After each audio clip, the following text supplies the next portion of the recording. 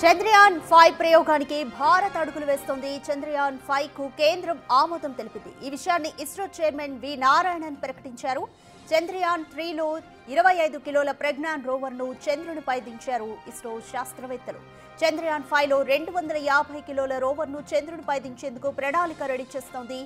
Japan సహకారంతో machine Chandrayaan 5 ను చేపట్టనున్నారు.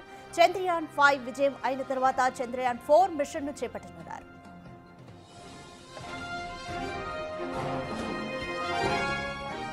ఈ మిషన్ కోసం జపాన్ అంతరిక్ష సంస్థ జేఎక్స్ఏతో మూడోసారి భేటీ అయినట్లు ఇస్రో ప్రకటించింది.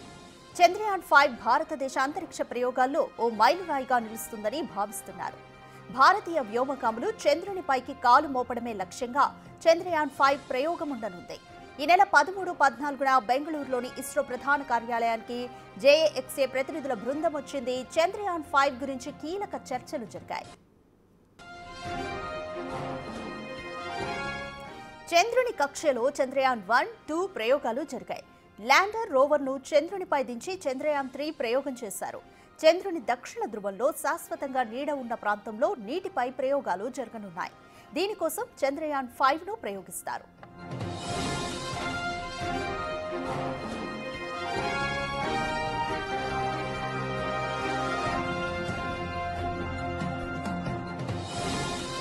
ఇంకా మోర్ డీటెయిల్స్ మా ఇన్పుట్ ఎడిటర్ పవన్ కుమార్ అందిస్తారు. పవన్ కుమార్, చంద్రయాన్ 1, 2 ప్రయోగాలు అయితే మాత్రం చంద్రుని కక్ష వరకు జరిగాయి.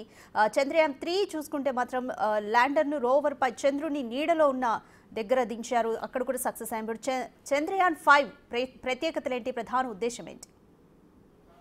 మరో కీలక మైలురాయిని దాటేందుకు ఇస్రో సిద్ధమవుతుందని చెప్పాలి. కొద్ది రోజుల క్రితమే చంద్రయాన్ 5కి కేంద్రం కూడా ఆమోదం తెలిపింది. జపాన్ సహకారంతో ఈ చంద్రయాన్ 5ని చేపట్టబోతున్నారు. చంద్రయాన్ 3లో ఏదైతే 25 కేజీల రోవర్ను చంద్రునిపైకి పంపించారో ఈసారి ఏకంగా 250 కిలోల రోవర్ను ఆ చంద్రునిపైకి పంపడానికి అధికారులు సిద్ధం చేస్తున్నారు. వాస్తవానికి చంద్రుని పైన ఉపరితలాన్ని అధ్యయనం చేసేందుకే వరుసగా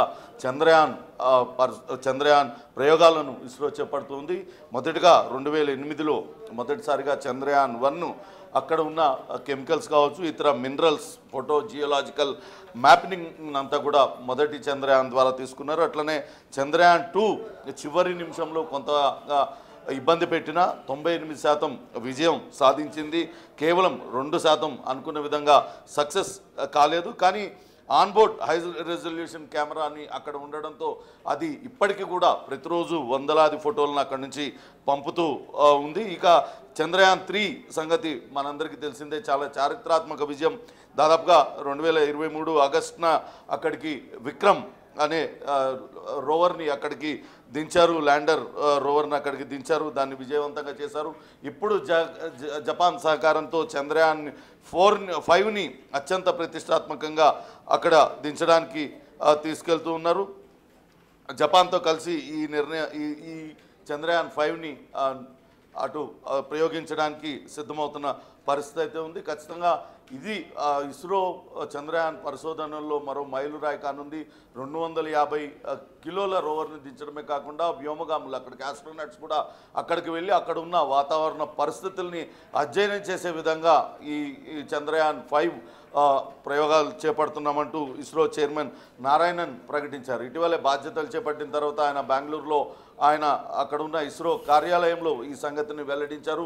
కేంద్రం ఆమోదం తెలిపిన విషయాన్ని, అట్లనే జపాన్ స్పేస్ సెంటర్ వాళ్ళతో కలిసి ఏ రకంగా ముందుకెళ్ళబోతుంది చెప్పారు. ఈ పరిశోధన సక్సెస్ అయిన తర్వాత చంద్రయాన్ 4ని అటు చేపట్టబోతున్నారు. చంద్రయాన్ 4 2027 నాటికి దాన్ని ముగింపు దశకు తీసుకురావడానికి ప్రయోగాలు చేస్తున్నట్లుగా చెప్తున్నారు. ఇప్పటికే చంద్రయాన్ 4 పైన కొంతవరకు ప్రయోగాలు జరుగుతున్నప్పటికీ దానికన్నా ముందే చంద్రయాన్ 5 అటు ప్రయోగం చేయాలంటూ ఇస్రో అయితే భావిస్తుంది. ఈ నేపథ్యంలో దానికి పూర్తి స్థాయిలో సిద్ధమవుతున్న పరిస్థితి అయితే కనపడుతుంది. రాధిక, పవన్, భారతీయ వ్యోమగాములు చంద్రునిపైకి కాలు మోపడమే లక్ష్యంగా ఈ చంద్రయాన్ 5 ప్రయోగం అనుకోవచ్చా? వ్యోమగాములకి ఇప్పటికేమైనా ట్రైనింగ్ మొదలైందా? అలాగే జపాన్ అంతరిక్ష సంస్థతో 2 రోజుల పాటు బెంగళూరులో ఇస్రో ప్రధాన కార్యాలయంలో ఎటువంటి చర్చలు కీలకంగా జరిగాయి?